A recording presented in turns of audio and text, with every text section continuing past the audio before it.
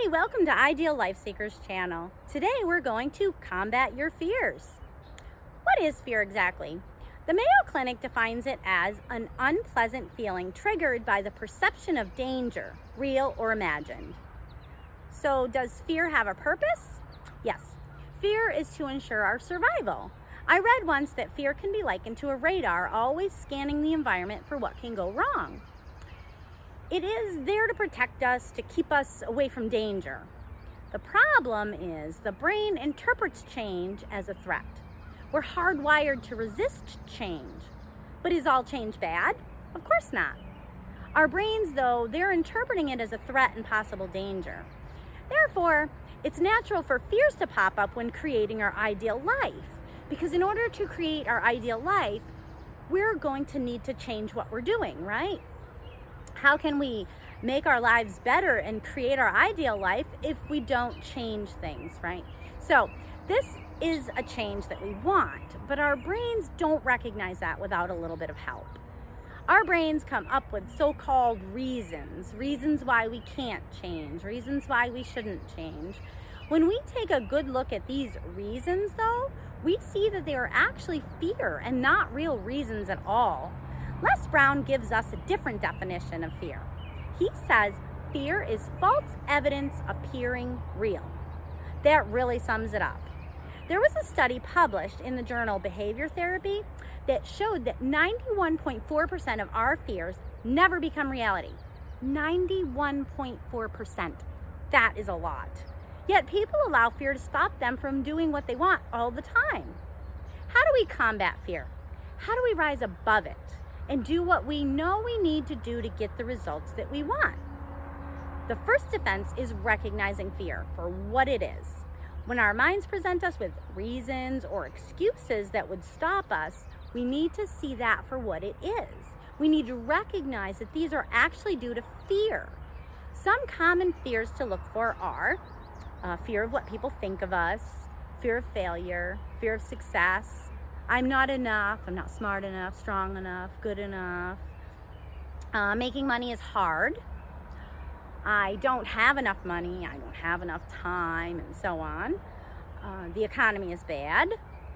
People won't like me if I'm rich. If I become successful or rich, I might lose it all. And then people will only like me for my money. Or more money equals more problems. Loving money is bad, and the list keeps going and going. But just like you cannot fight an enemy that you can't see, you cannot win over a fear that you have not recognized. So the first thing that we do to combat fear is to call it out. Recognize it for what it is. Then after we recognize it, we can face it. And honestly, the best way to face it is head on.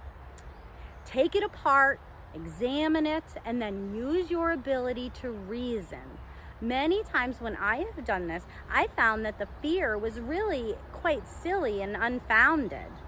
After all, the likelihood of our fears actually coming true is very low. Remember, 91.4% of our fears never become reality. When it comes to fears like the fear of what people think of us, it helps if we ask some questions. Will they truly think so badly of us? When we accomplish what we set out to accomplish, will it matter what they thought? Once we reach some of the goals along the way, won't people have more respect for us? And once they see your success, won't they think more highly of you? Sometimes we even take on fears of other people. My mother taught me that loving money is bad.